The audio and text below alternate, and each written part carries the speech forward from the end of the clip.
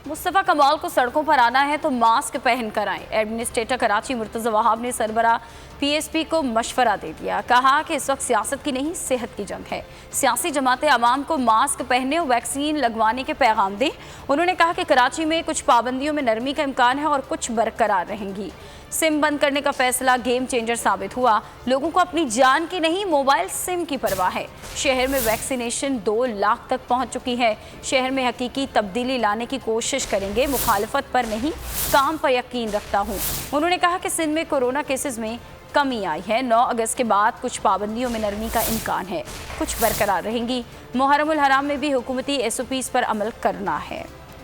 मैं काम करने पर बिलीव करता हूँ। मुस्तफ़ा कमाल साहब मेरे बड़े हैं, अगर वो सड़कों पे आना चाहते हैं मैं गुजारिश ये करूंगा कि मास्क पहन के आए। अभी जंग जो है सियासी जंग नहीं है, सेहत की जंग है। हमने भरपूर कोशिश की लोगों को कायल करने की, लोगों को समझाने की कि वैक्सीन अवेलेबल है, आइए वैक्सीन लगवाइए। लेकिन जो गेम चेंजर साबित हुआ वो साबित हुआ सिम को बंद करने का फैसला। हमें अपनी जान की परवाह नहीं है, अपने मोबाइल कनेक्शन की परवाह है।